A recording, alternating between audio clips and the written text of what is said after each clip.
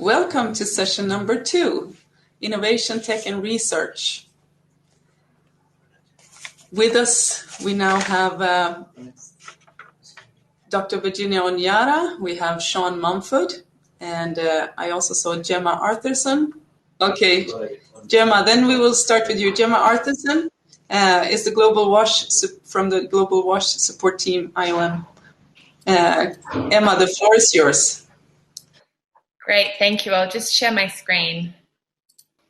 Thank you for having me, everyone, and good morning. As has been said, my name's GEMMA ARTHURSON, and I'm a water, sanitation and hygiene, or WASH, for those familiar with that acronym, consultant for the International Organisation for Migration, and I work within the Global WASH Support Team. I'm pleased to present on behalf of the IOM e-waste project, which is titled Greening Humanitarian Responses through Recovery, Repair and Recycling of Solar Products in Displacement Settings. This project is funded by Innovation Norway and in partnership with Total Energies, Bright Products and Sovos, I believe some of whom are joining us today. I'll talk about those partnerships a bit later, but first let's talk about why we're here, which is the e-waste challenge.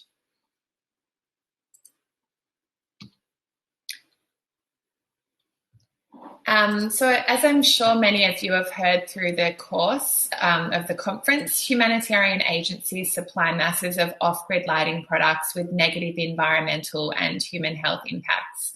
Market research indicates that 150 million Pico solar products and 30 million solar home systems have been sold worldwide since 2010, totaling around 180 million off-grid solar units. And there are negative environmental impacts from disposing of solar waste, for example, with soil leaching of heavy metals to groundwater, as well as negative impacts on human health, for example, from attempting repairs on products with lead and mercury, which are harmful to humans in concentrated amounts. In addition, there are untapped economic opportunities for recovering valuable parts of solar e-waste, as well as the potential for new job creation. So this really presents 3 huge opportunities within the waste sector, and that is to improve human and environmental health, as well as improve livelihoods, with the IOM e-waste project specifically focusing on displacement settings. So the aim of this project is to respond to the problem of ill-managed solar disposal of solar products in displacement settings by finding a cost-effective solution to create a circular economy. And the project has the objectives to gather evidence to influence manufacturers to make their products more repairable or recyclable, extend the life cycle of existing technologies and improve waste management in displacement settings, create jobs, support livelihoods and provide business opportunities to refugees and host communities, provide evidence to replicate in other settings to scale up beyond solar products and their accessories to other types of electronic waste, and importantly, to inform humanitarian sustainable procurement policies. So as you can see, the objectives of the project are looking at the e-waste challenge from both top-down and bottom-up approaches. The project is being held across 3 phases, with phase 1 being undertaken in 2020 and included initial research which was conducted across 5 camps in Uganda and Kenya. And I'll talk about this phase 1 research shortly. Phase 2 includes a pilot which is being implemented in Bidi Bidi refugee camp in Uganda. And the evidence generated from this pilot will be used to scale up the project in Uganda and other displacement settings, as well as potentially for other types of e-waste, such as mobile phones or computers.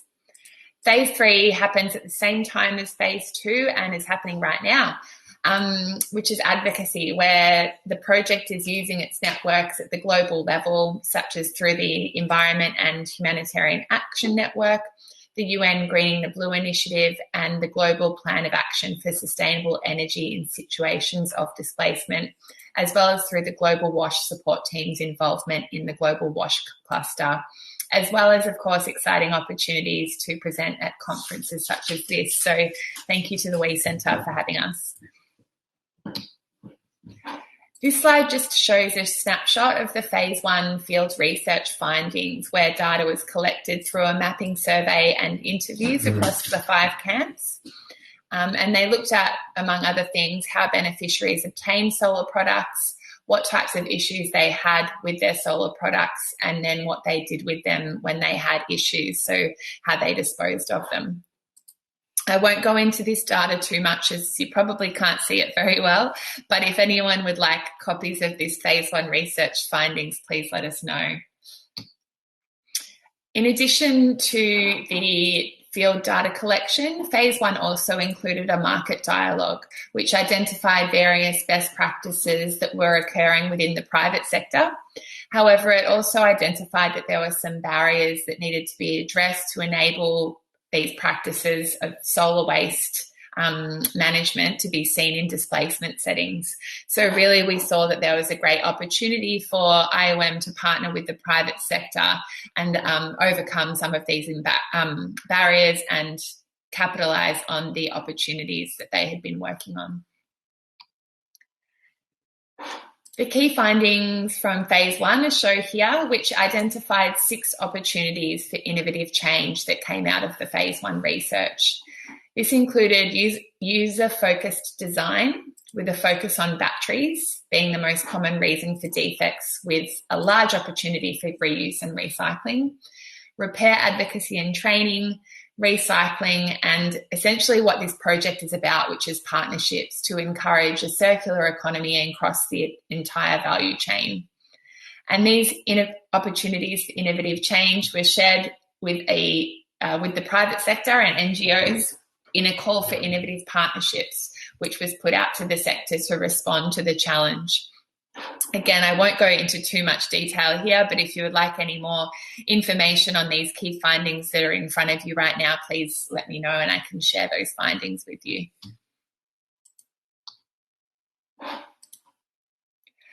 So the call for innovative partnerships was not limited to just searching for one partner.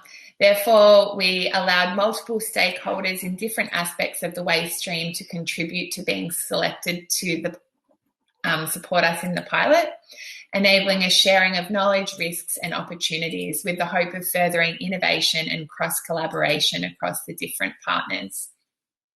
The 3 entities that were selected to partner with IOM each focus on a different aspect of the waste stream.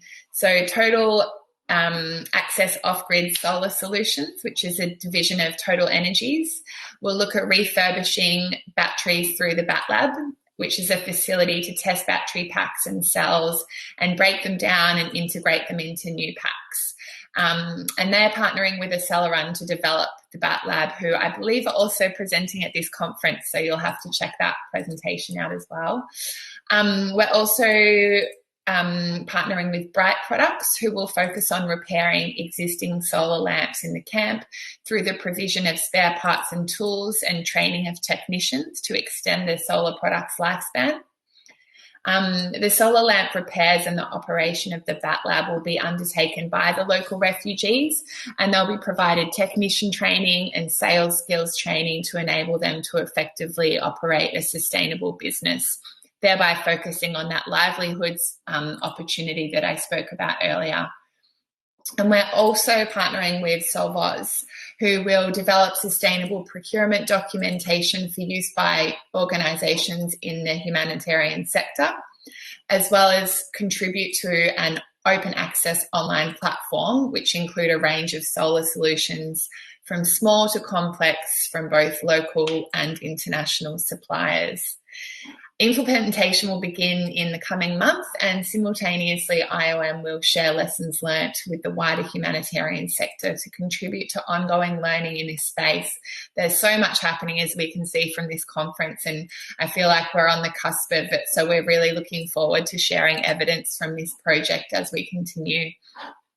This again is a bit of a complicated slide, but what we've tried to capture here is our 3 partners and how they're interacting with different aspects of the value chain. So you can see here that there's manufacturer to distribution to use, disposal, repair, and our 3 partners really focus on different aspects of the waste chain to create this holistic solution for a circular economy for e-waste. That's all for me for now. I'm happy to take questions if there are any, or if I'm not sure what the conference prefers, if we prefer to leave all questions to the end. But thank you very much.